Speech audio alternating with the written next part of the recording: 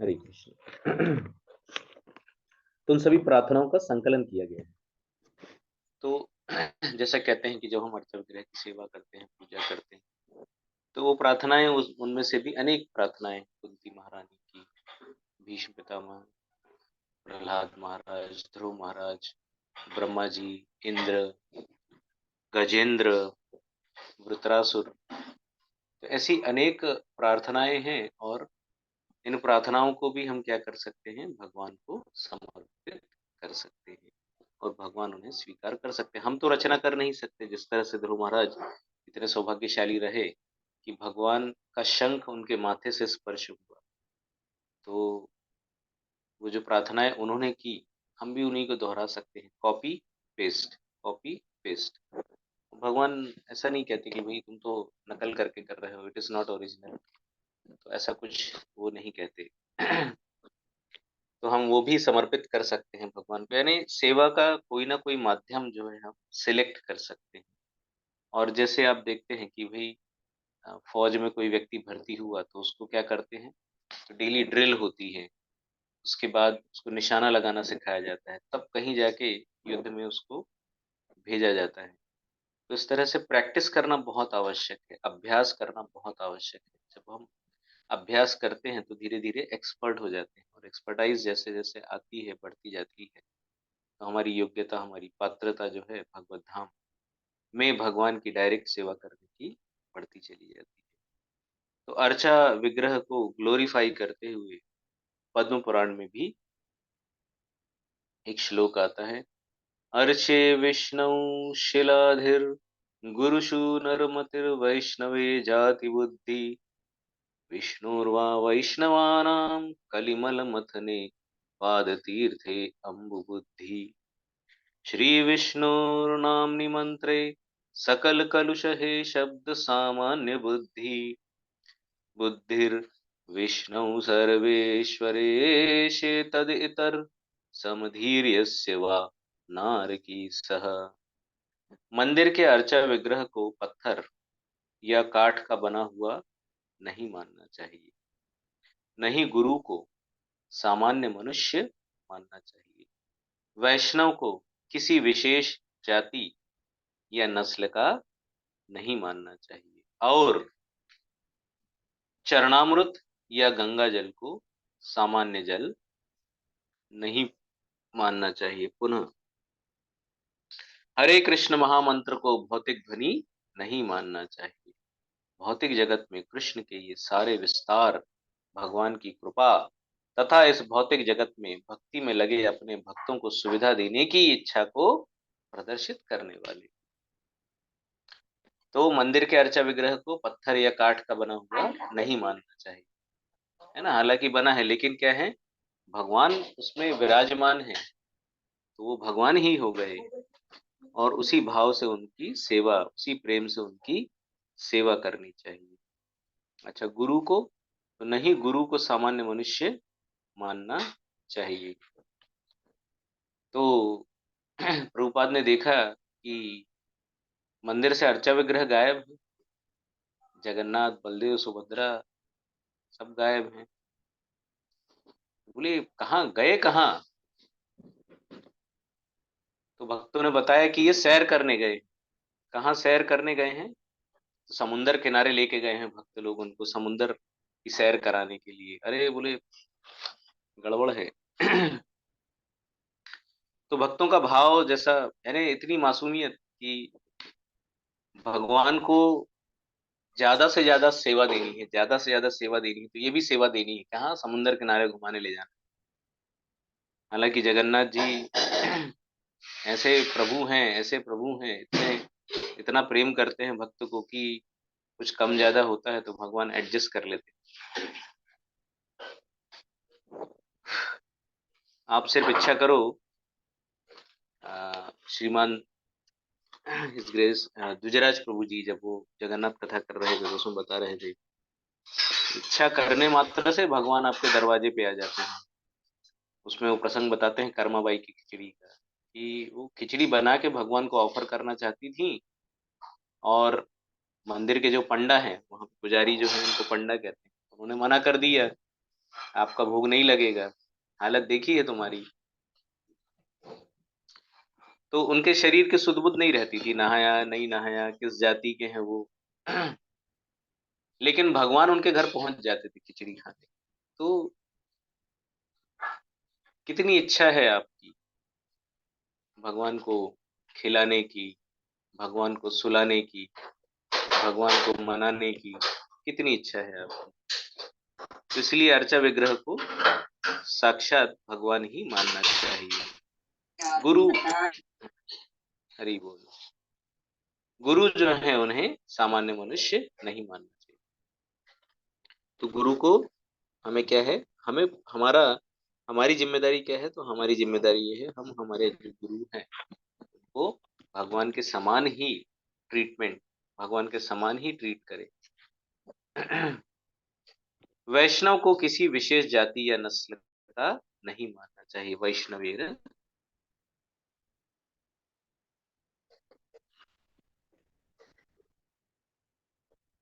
है ना, देखिए, अर्च्य विष्णु शिलाधीर गुरुसु नरमतिर, है ना, वैष्णवे जाति बुद्धि। पहली लाइन में उन्होंने सारे निरोध बता दिए कि जो भगवान श्री विष्णु या भगवान श्री हरि, इनका अर्चा विग्रह है, उसको कभी भी आप शिला या पत्थर या धातु, सिर्फ ऐसे ही तो पत्थर के बने हैं। महाराज जी से भी यही पूछते हैं, परम पूजनीय राधा गोविंद स्वामी महाराज किसी अरब कंट्री में थे और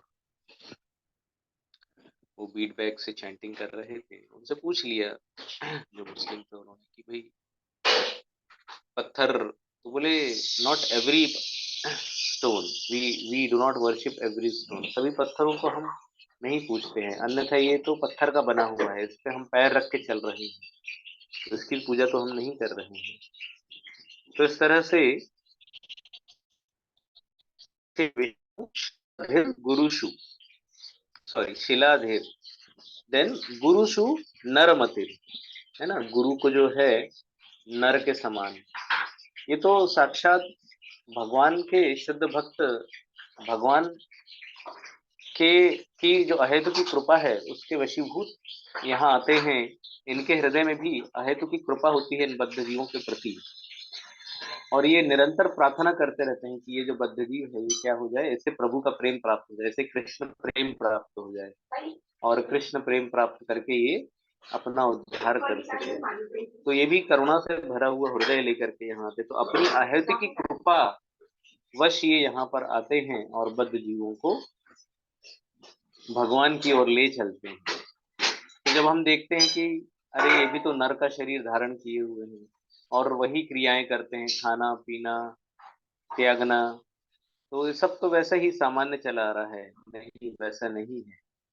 तो हमारे हृदय सदा कृष्णवास, इनके हृदय में सदा ही कृष्ण को ये धारण किए हुए रहते हैं, और भगवान वहां विश्राम पाते हैं। भगवान के जो शुद्ध भक्त हैं उनके हृदय में भगवान विश्राम पाते हैं। सोचिए, कोई विश्राम स्थल जो है वो क्या है, तो वो भगवान भक्तों के हृदय में ही विश्राम पाते,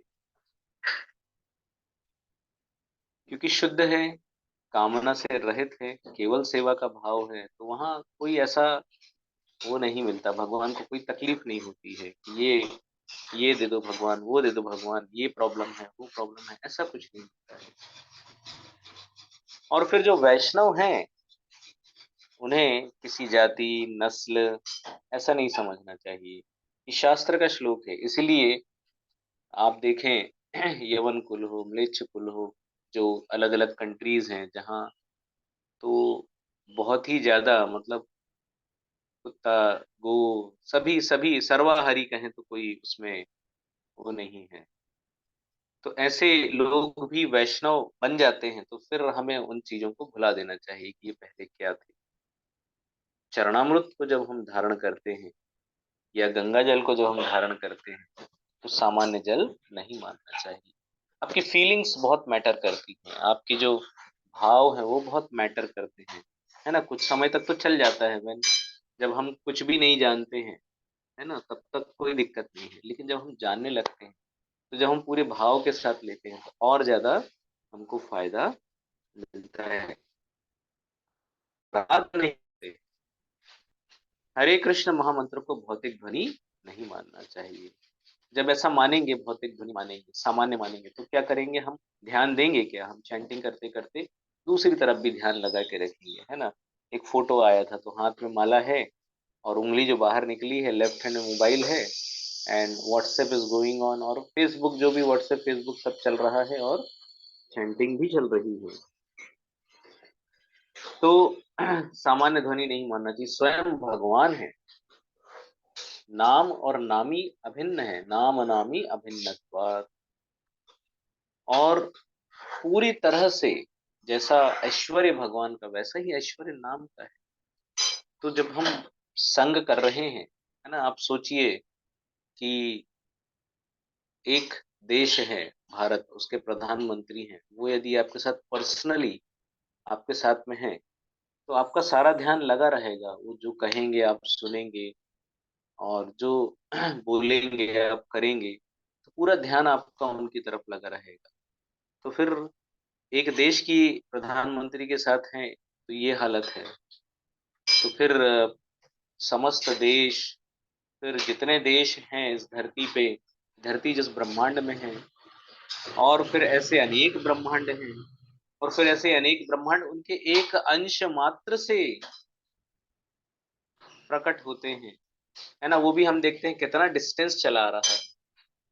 हमने देखा भगवान से चतुर्व्यूह निकल के आ रहे हैं और फिर वो चतुर्व्यूह से चतुर्व्यूह ऐसे करके 4 into 3 into 2 and then from फिर संकर्षण से महाविष्णु, गर्भोदकशाही विष्णु, और फिर ये उन सबके स्रोत जो हैं भगवान श्री कृष्ण, और उनका ये नाम है हरे कृष्ण कृष्ण कृष्ण हरे हरे, हरे राम राम हरे। तो जब उसको हम जप रहे हैं, तो फिर पूरी तरह से हमें क्या करना है? उसमें अटेंटिव होना है ना? मतलब लापरवाही से जपना या इनअटेंटिव होकर के जपना, तो किनके प्रति अपराध कर रहे हैं आप विचार कीजिए। तो इसलिए we have to be very serious, हमको बहुत गंभीरता से जो है ये करना चाहिए। भौतिक जगत में कृष्ण के सारे विस्तार, भगवान की कृपा तथा इस भौतिक जगत में भक्ति में लगे अपने भक्तों को सुविधा देने की इच्छा को प्रदर्शित करने वाले हैं। तो चाहे अर्चा विग्रह हो, चाहे गुरु महाराज हो, चाहे वैष्णव, चाहे चरणामृत हो, चाहे गंगा जल हो, चाहे हरे कृष्ण महामंत्र हो, ये सब क्या है? भगवान ने हमको भक्ति में सुविधा देने के लिए यहाँ पे रखा हुआ है। सब जो प्राकट्य है इन सब का, वैष्णवों का, अर्चा विग्रह का, गुरु महाराज का, चरणामृत का, गंगा जल का, हरे कृष्ण महामंत्र का, इस सब का जो प्राकट्य है हमको सुविधा देने के लिए कि हम क्या कर सकें? सुविधा अनुसार सेवा कर सकें। चरणामृत सेवन करना भी क्या है? सेवा है भगवान की।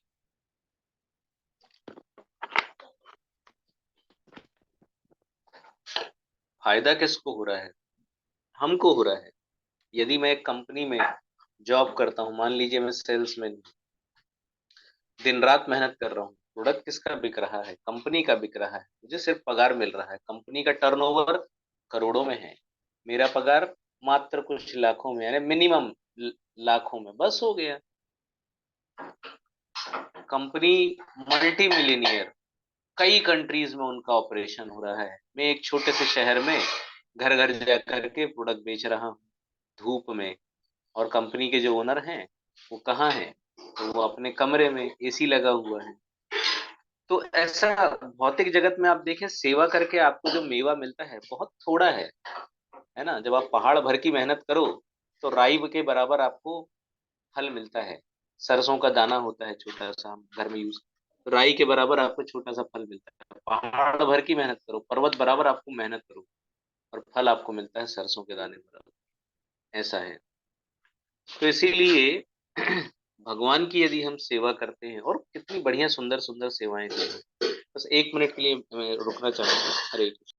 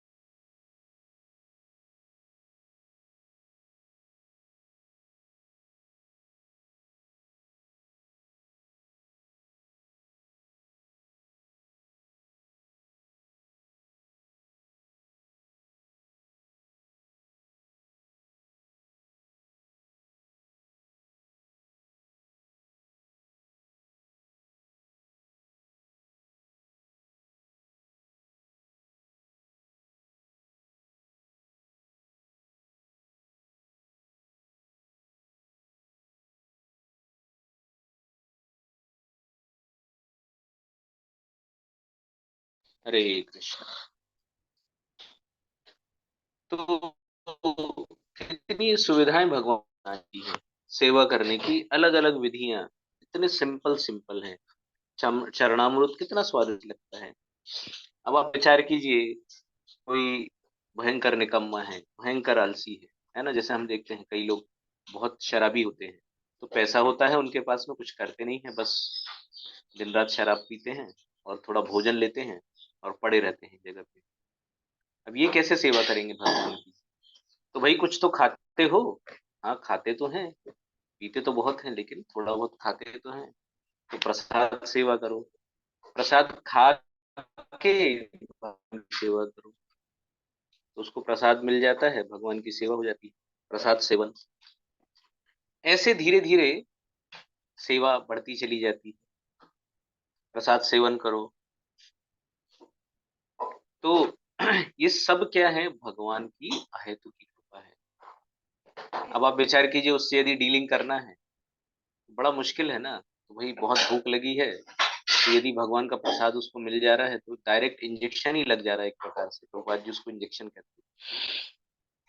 और फिर धीरे धीरे धीरे वो और ज्यादा सेवाओं में बढ़ जाएगा, क्योंकि आप देख ही रहे रिजल्ट।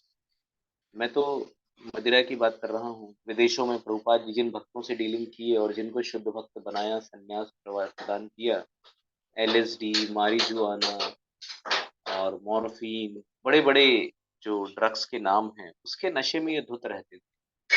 तो कानों से कान बंद नहीं कर सकते, और भूख लगी तो फिर हम उपवास कर नहीं सकते। तो कानों से हरिनाम प्रवेश होता था, और मुख से जो है हरि प्रसाद जो है भोजन, उनको भगवान का प्रसाद जो है भोग उनको प्रवेश करता था, और शुद्ध हो गए वो।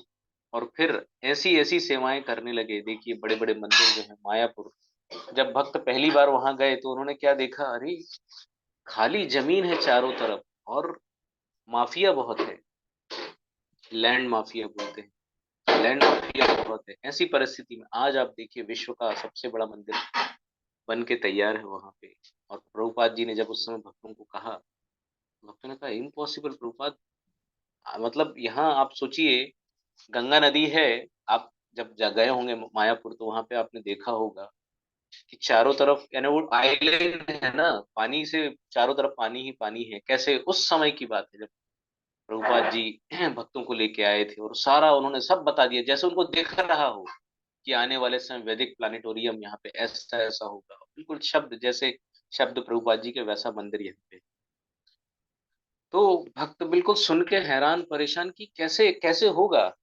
आप सोचिए, सीमेंट की बोरियां रखी हैं और गंगा नदी बह के बिल्कुल फ्लड फ्लड आ जाता है उसमें, और क्या हालत हो रही है। कैसे भक्तों ने मतलब उस समय प्रभुपाद जी के सपने को साकार करने के लिए कैसे कैसे प्रयास किए।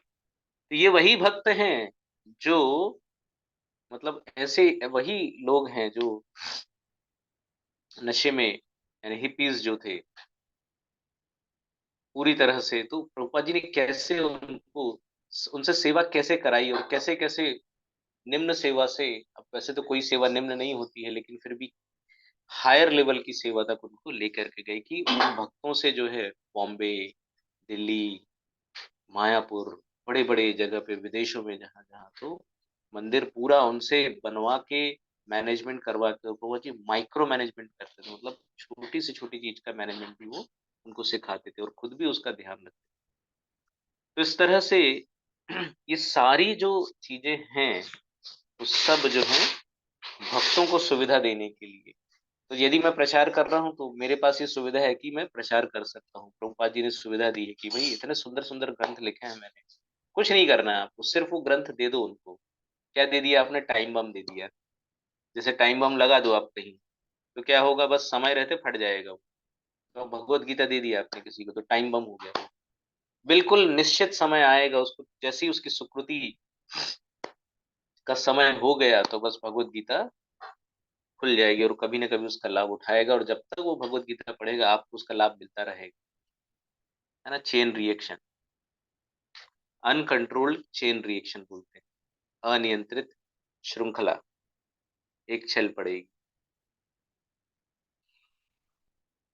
तो हमको बहुत सुविधा मिली, सेवा करने की, सेवा करवाने की। अब प्रचार करना क्या है? ये भी सेवा है। तो सेवा से ज्यादा हम लोगों के लिए क्या है? साधना है एक्चुअली। प्रचार करना जो है हमारे लिए क्या है? साधना का एक बहुत महत्वपूर्ण अंग है हमारा। तो यानी उससे हमारी साधना में प्रगति होती है, बुक डिस्ट्रीब्यूशन से, या आप कहें कथा का श्रवण कीर्तन करने कराने से, नाम संकीर्तन करने कराने से। तो इस तरह से भगवान जो है पूरी तरह से अलग अलग माध्यमों में विस्तार करते हैं और इस भौतिक जगत में भक्ति में लगे अपने भक्तों को सुविधा देने की इच्छा को प्रदर्शित करने मत ब्रह्मांड मध्ये सबर पर काश सप्तद्वीपे नवखंडे यहाँ रविलास। 7 द्वीप हैं, 9 खंड हैं। इस ब्रह्मांड के भीतर भगवान विभिन्न आध्यात्मिक स्वरूपों में स्थित है। ये 7 द्वीपों के 9 खंडों में विद्यमान है।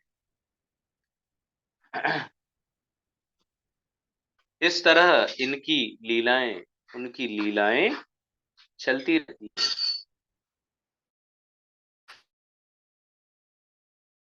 संत शिरोमणि, ये वो ग्रंथ है जिस पर बहुत सुंदर, यानी जैसे रिसर्च करते हैं ना, कोई पीएचडी करते हैं, कोई रिसर्च करते हैं, तो हमारे जो गुरु महाराज, हमारे प्रभुपाद जी के जो गुरु महाराज हैं, शील भक्ति सिद्धांत सरस्वती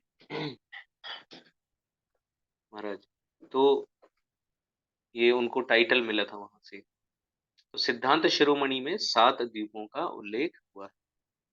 भूमेरर्धम क्षीर सिंदूर उरुद रुदकस्थम जम्बूरीपं प्राहुर आचार्य वर्या अर्धे अन्य अस्मिन् द्वीपषटकस्य यामे क्षार क्षीराद्य अम्बुधीनां निवेशः शाकं ततः शाल्मलम् अत्र कौशम् क्रौञ्चं च गोमेदक पुष्प पुष्करे च द्वयोर्द्वयोरन्तरम् एकमेकं समुद्रयोर्द्वीपम् उदाहरन्ति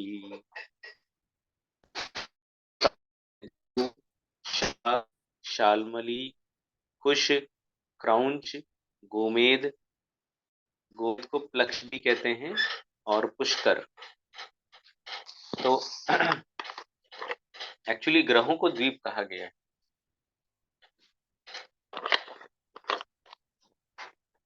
तो बाह्य आकाश या अंतरिक्ष कैसा है? वायु का समुंदर, जैसे पानी का समुंदर होता है। तो पानी के समुंदर में क्या होता है? आप देखो, अनेक जीव उसमें तैरते रहते हैं, है ना। तो जिस तरह जलयुक्त सागर में द्वीप होते हैं, तो समुंदर में आप देखें थोड़ा थोड़ा स्थल होता है, चारों तरफ पानी से घिरा होता है, लेकिन ऐसा स्थल होता है जिसको पानी आप्लावित नहीं कर पाता, यानी पानी उसको डुबा नहीं पाता है, तो उसको द्वीप कहते हैं। तो उसी तरह ये जो ग्रह हैं आकाश तत्व के बने सागर के में स्थित द्वीप कहलाते हैं। तो जैसे पानी में ये द्वीप है, तो ऐसे ही वायु का यदि समुंदर समझा जाए तो उसमें भी ये जो ग्रह हैं इनको द्वीप कहा जाता है। तो द्वीप शब्द क्यों वापरा गया है, क्यों यूज किया गया है, अब आप समझ गए होंगे, है ना। जैसे समुंदर में आइलैंड बोलते हैं, ऐसे ही हम इनको ग्रह बोलते हैं, तो उनको द्वीप शब्द यूज किया गया है। 9 खंडों के नाम हैं: भारत खंड, किन्नर खंड, हरि खंड, कुरु खंड, हिरणमय खंड, रम्यक खंड, इलावृत खंड, भद्राश्व खंड और केतुमाल खंड। ये सब जम्बू द्वीप के विभिन्न भाग हैं। अब ये खंड क्या कहलाते हैं? तो 2 पर्वतों के बीच की घाटी जो है उसको खंड या वर्ष कहते हैं। ठीक है।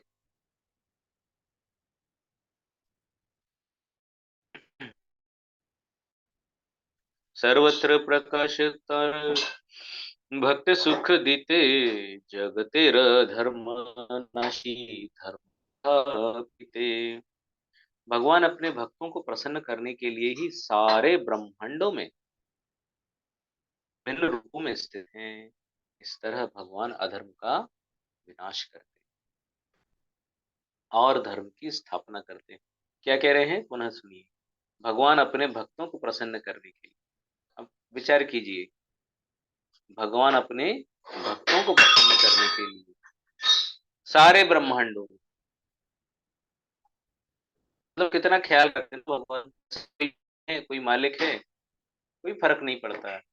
यानी मैंने तो ऐसा देखा है कि इतनी भीषण गर्मी है और जो कर्मचारी है उसको कूलर है कि नहीं है वो भी नहीं पता, और नहीं हुआ तो भी चलता है, एडजस्ट करो। पंखा भी बंद होता है कई बार, तो पंखा भी नहीं चल रहा होता है जहां वो कर्मचारी काम कर रहा होता है, ऐसे कई जगह देखे। लेकिन यहाँ भगवान क्या कह रहे हैं, यहाँ क्या कह रहे हैं, प्रसन्नता के लिए क्या करते हैं, समस्त ब्रह्मांडों में, एक ब्रह्मांड नहीं समस्त ब्रह्मांड में विभिन्न रूपों में स्थित रहते हैं, अकेला नहीं छोड़ते भगवान। आ गए हो तुम अपनी भोग करने की इच्छा से, कृष्णेर बहिर्मुख जीव भोग वांछा कर, कोई बात नहीं, मैं आ रहा हूँ। इस तरह भगवान क्या करते हैं, अधर्म का विनाश करते हैं और धर्म की स्थापना करते हैं। भौतिक जगत में भगवान बद्ध जीवों के भौतिक कार्यकलापों को घटाने तथा उनकी आध्यात्मिक गतिविधियों को बढ़ाने के लिए मंदिरों में विभिन्न अर्चा मूर्तियों के रूप में स्थित हैं। विशेषतया भारत भर में अनेक मंदिर हैं, भक्त इनका लाभ उठा सकते हैं। और जगन्नाथपुरी, वृंदावन, प्रयाग, मथुरा, हरिद्वार, विष्णुकांची जाकर भगवान का दर्शन कर सकते हैं। जब भक्तगण इन स्थानों में जाकर भगवान का दर्शन करते हैं तो वे भक्ति में अत्यंत सुखी होते हैं। मतलब मल्टीपल बेनिफिट मिलता है ना, यदि हम यहाँ पे, जैसे क्या होता है, मैं एक सामान्य किराना दुकान में, जैसे हम भोपाल में रहते थे तो किराना दुकान में जो आइटम लेते थे उससे कई गुना सस्ता जो हमको मिलता था, कहाँ मिलता था, बेस्ट प्राइस में मिलता था। बेस्ट प्राइस करके वॉलमार्ट का एक वो है, तो वहां पे जाओ तो आप, सारे किराना दुकान वाले जितने व्यवसाय करते थे वो सारे वहां से लेके जाते थे, तो जो होलसेल रेट में मिलता था, मैंने एक प्रकार से होलसेल रेट में आपको चिल्लर माल मिल रहा है। तो मॉल में आप पहुंचे और आपको कम पैसे में ज्यादा सामान मिल रहा है, तो धाम में आप पहुंचे और कम प्रयासों में ज्यादा फुल फल मिल रहा है, आपको ज्यादा पुण्य मिल रहा है, ज्यादा सुकृति मिल रही है, ज्यादा भक्ति, ज्यादा भजन हो रहा है। कहते हैं धाम में आप जाके सो भी गए तो दंडवत प्रणाम का फल आपको मिल गया है। एक बार आपने नाम उच्चारण कर लिया, हजारों गुना हो गया।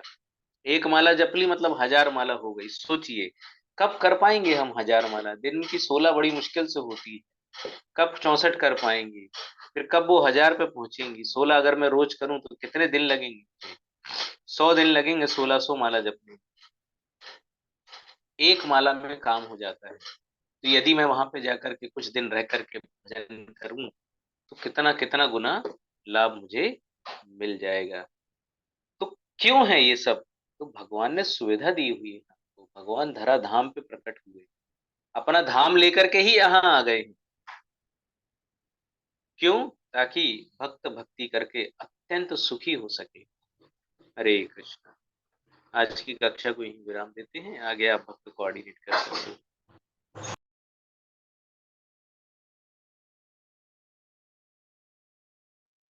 हरे कृष्णा। Thank you Prabhu ji. और आपने भगवान की कृपा के बारे में आज बहुत सुंदर चर्चा की है। इसमें हमें ध्यान पूर्वक किस तरीके से नाम जप करना चाहिए और नाम जप में हमारी रुचि बढ़ाना चाहिए। और वास्तव में भगवान का नाम चिंतामणि है, क्योंकि यदि हमने भगवान का नाम जपते जपते भौतिक भोगों की इच्छा की तो वही हमें प्राप्त होता है। वास्तव में हम सोचते हैं कि हमारे अंदर ऐसी क्या प्रॉब्लम है, हम जाप तो कर रहे हैं लेकिन भोगों की इच्छा खत्म नहीं हो रही है या फिर उन्नति नहीं कर पा रहे हैं। तो इसका वास्तविक प्रॉपरली भगवान के नाम में हम ध्यान नहीं देते। मन में बहुत सारी काम वासनाएं या वो भौतिक वस्तुओं की इच्छाओं का जब प्रवेश हो जाता है तो भगवान का नाम उतना असरदार नहीं होता है जितना वास्तव में उसका असर मिल सकता है। और आपने बहुत ही सुंदर चर्चा की और भगवतम के श्लोक के माध्यम से जैसे बताया कि मंदिर के जो अर्चा विग्रह है उनको पत्थर या काष्ठ नहीं मानना चाहिए। इसमें राधा गोविंद महाराज का बहुत सुंदर एग्जाम्पल दिया। उनसे कुवैत कंट्री में पूछा गया था और उन्होंने उनको बहुत डिटेल में बहुत अच्छे से समझाया था। और आखिर में जो वहाँ के सिक्योरिटी गार्ड थे उन्होंने एक्सेप्ट किया था इस बात को कि जो आप नाम जप करते हैं और आप जो पूजा करते हैं वो विधि बिल्कुल प्रमाणित है। और वैष्णवों को किसी भी विशेष जाति या नस्ल का नहीं मानना चाहिए। आपने बताया कि जैसे कि यमन कंट्रीज में बहुत सारे ऐसे भक्त हो गए जो पहले एलएसडी जैसे बड़े बड़े नशों में डूबा करते थे, लेकिन प्रमाणित गुरु के मिलने के बाद से सब कुछ छोड़ दिया। उन्होंने एकमात्र भगवान की शरण ले ली, गुरु की शरण ले ली, और उनकी कृपा से और उनकी सेवा से बहुत बड़े बड़े काम वो कर पाए, भगवान की वो सेवा कर पाए। और जो गंगा जल है उनको सामान्य जल नहीं मानना चाहिए। इस तरीके से जो भगवान का हरे कृष्ण मंत्र है वो भौतिक ध्वनि नहीं मानना चाहिए। और वास्तव में भगवान विभिन्न स्थानों पे जो विस्तार करते हैं उसमें भगवान का विशेष लाभ नहीं है, जबकि हम सब जीवों का ही लाभ है। हमारी जो भौतिक जगत में भक्ति नहीं हो पा रही है, कम से कम इन स्थानों पे जाके हम अपनी भक्ति को बढ़ा सकते हैं और भगवान की कृपा हमें मिल सकती है। प्रभु जी 7 द्वीप है, इसके बारे में भी आपने बताया, और इसको मैं एक कनेक्शन समझ पाई हूँ। जैसे समुद्र है बड़ा, और समुद्र में बीच बीच में अलग अलग द्वीप होते हैं, कहीं कहीं लैंड होता है। इस तरीके से पूरे आकाश को एक समुद्र यदि माना जाए तो अलग अलग जो ग्रह हैं वो द्वीप कहलाते हैं। इसको कल आप थोड़ा सा और विस्तार से बता दीजिएगा। और आपने 9 खंडों के बारे में भी चर्चा की, और 2 पर्वतों के बीच की घाटी को खंड या वर्ष कहते हैं। इसको भी कल आप थोड़ा सा एक बार और एक्सप्लेन कर दीजिएगा। हरे कृष्णा। और भगवान के विभिन्न जो धाम है उसके बारे में, उसकी महिमा का भी आपने गान किया। हरे कृष्णा। थैंक यू प्रभु जी। अनीता माता जी अनम्यूट कर लीजिएगा। हरे कृष्णा। सभी विष्णुओं को मेरा दंडवत प्रणाम। प्रभु जी बहुत अच्छी क्लास है। प्रभु जी आपने जैसे बताया कि भगवान हमारे भौतिक कार्यकलापों को कम करके और आध्यात्मिक कार्यकलापों में वृद्धि करने के लिए अर्च विग्रहों के रूप में आते हैं। तो पॉइंट बहुत अच्छा लगा प्रभु जी कि हम उन्हीं में भगवान को देख के हम अपने आध्यात्मिक कार्यकलापों को बढ़ा सकते हैं। और उसके लिए कितने मतलब धाम का महत्व आपने जो बताया है कि मतलब खाली वहां पर अगर हम रात्रि विश्राम जो करते हैं उसमें भी हम दंडवत माना जाता है। तो धाम का महत्व बहुत आपने अच्छे से बताया है। आपने बताया कि जो हम भौतिक दुनिया में हम कितना भी कर लें सबके लिए कुछ भी, तो वो हमारा बहुत अधिक श्रम भी हमारे एक राई के दाने के समान उसका फल हमको मिलता है। पर आध्यात्मिक जीवन में ऐसा नहीं है। भगवान बहुत हमारी प्रसन्नता के लिए ही आते हैं। और वो हमें उसका पूरा जो हम चिंतामणि के रूप में आपने बताया कि हमारी सारी इच्छा पूरी होती है, तो हमें कैसी इच्छा करना है ये हमारे ऊपर है प्रभु जी। और आपने कल प्रभु जी हाँ ये आप बताइएगा थोड़ा सा 7 द्वीप और ये खंड का समझ में थोड़ा कम आया है। तो हरे कृष्णा। हरे कृष्णा। थैंक यू माता जी। बाकी डिवोटीज कभी तो प्रयास करें शेयर करने के लिए। हम सब अपेक्षा करते हैं कि कोई बाकी डिवोटीज अनम्यूट करेंगे, कभी तो शेयर करने का प्रयास करेंगे, लेकिन आप लोग कभी करते ही नहीं है। हरे कृष्णा। शिवपाल प्रभु जी आप अनम्यूट कर लीजिएगा। हरे कृष्णा। डॉन प्रणाम प्रभु जी। हरे कृष्णा। आप सभी को डॉन प्रणाम। हाँ, थैंक यू प्रभु जी। और मैक्सिमम पॉइंट्स माता जी ने कवर कर लिए हैं, फिर अनिता माता जी ने भी उसी तरह से। और जो शील प्रभुपाद जी ने जो तरीका अपनाया था, जो रास्ता अपनाया था कि जो किस प्रकार से वो तामसी प्रवृत्ति में प्रवृत्त है, फिर भी उन्हें, तो प्रभु जी ने बताया ना कि 2 चीज तो कर ही सकते हैं, कुछ खाते तो हैं, तो खाने में प्रसादम सेवा। और आज वो प्रसादम सेवा के माध्यम से प्रभु जी ने शील प्रभुपाद जी ने जो इतना बड़ा हमें मतलब आयुध की कृपा ही एक तरह से हमारे ऊपर की है। और वो जो तामसी प्रवृत्ति में प्रवर्तित है वो आज असंभव को संभव बना रहे हैं। क्योंकि प्रभु जी ने बंगाल के बारे में बताया कि वहां पर नवदीप धाम में मायापुर जो उसमें लैंड माफिया उस समय मतलब वहां पर कुछ, जैसे बॉम्बे का भी प्रभु जी ने बताया, बॉम्बे के बारे में हमने भी पढ़ा था कि किस प्रकार से वहां पर केस चलते रहे। और बहुत ज्यादा डीप में अगर हम जाएं तो पता चलता है कि किस प्रकार से भक्तों के ऊपर हमला भी हुआ, केस इधर अलग चल रहे हैं। और जो होना वही है जो भगवान की कृपा से होने वाला है। तो सिर्फ केवल करने की आवश्यकता है। तो श्रील प्रभुपाद जी अपने भक्तों को बिल्कुल धैर्यता के साथ में काम करने के लिए बोलते थे कि आप तो अपना काम करते रहें और निश्चित तौर पर उसको जो काम करना है वो कर देगा। तो उनके प्रति जो नहीं जानते थे वो कार्य कर रहे हैं, भक्ति के लिए प्रचार कर रहे हैं। तो जहां से भक्ति जिसका भगवान को सबसे प्रिय भरतखंड में जम्बू द्वीप सबसे ज्यादा रहता है सभी द्वीपों में, कि जम्बू द्वीप पे भरतखंड है, तो वहां से भक्ति उत्पन्न होती है और अब वो हमको उनसे सीखना पड़ रही है। तो ये प्रभुपाद जी की कृपा है कि जो तामसी प्रवृत्ति में प्रवर्तित है आज वो फ्लो में भगवत गीता के श्लोक बोलते हैं फ्लो में, और बिल्कुल शुद्धता के साथ में, कि प्रामाणिकता के साथ में आपको ये चीजें करना है, इस प्रकार से करना है, और किसी लालच के साथ में नहीं कर रहे हैं, बिल्कुल वो भी आयुति की कृपा में लगे हैं। तो उन्हें प्रभुपाद जी के माध्यम से मिला, आज वो सबको बांट रहे हैं। तो बड़ा आश्चर्य होता है कि हम भूल गए हैं। तो हमें इन शास्त्र चक्षुओं से पता चल रहा है कि हमें हमारा स्वरूप क्या है। Thank you Prabhu ji. Hare Krishna. Ram Prabhu ji. Hare Krishna. Thank you Prabhu ji. और एक बार मेरे मन में एक प्रश्न आया था कि आखिर कैसे कर पाए जो डिवोटीज हैं, जो फॉरेनर डिवोटीज, कैसे उन्होंने ये सब किया। इसका बहुत सुंदर उत्तर मुझे प्रभु जी की क्लास में मिला कि वे करना चाहते थे गुरु की सेवा, वो मन से करना चाहते थे, और इसके कारण वो अपने कंफर्ट जोन से बाहर निकले। लेकिन हम अपने कंफर्ट जोन में रहकर ही सब कुछ करना चाहते हैं, तो ये हम इस प्रयास में विफल होते हैं। Hare Krishna. Thank you Prabhu ji. Portrait कर लेती हूँ। हवा में, पानी में, सुराखों में तथा सब जगह दिव्या जीवात्माएं हैं और सबके कान हैं। महामंत्र की ध्वनि दिव्य तथा शक्तिशाली है, और इसलिए ये चींटियों, वृक्षों और पक्षियों और मधुमक्खियों सबको प्रभावित करती है। मनुष्यों की तो बात छोड़ दीजिए। श्रीमद् भागवतम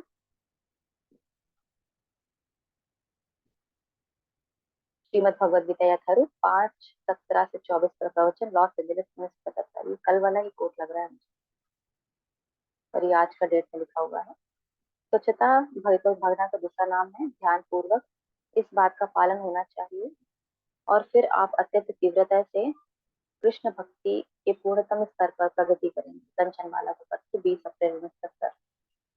तो एक बार प्रार्थना करते हैं बस मिलकर प्रभु जी के लिए, उनके एकदम साफ आध्यात्मिक उन्नति के लिए कामना करते हैं। हरे हरे कृष्ण माता कृष्ण। जी। हरे बोर्ड तो कृष्ण। आज का ही है, पर वो कल जी 19 का नहीं आया था, तो एक दिन पहले का दे दिया था माता जी ने, तो मैंने भी देखा, तो कल का नहीं आया था, ये आज का है। कल भी आ गया और आज भी आया है।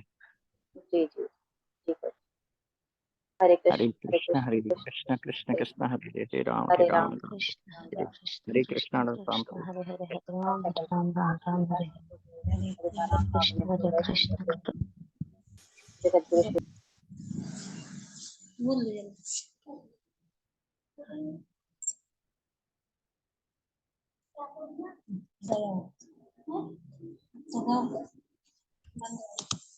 क्या बोलना? हरे राम हरे राम। सर हमने यही नहीं कहा कि क्या मुझे लगा कि कुछ बोलना होगा।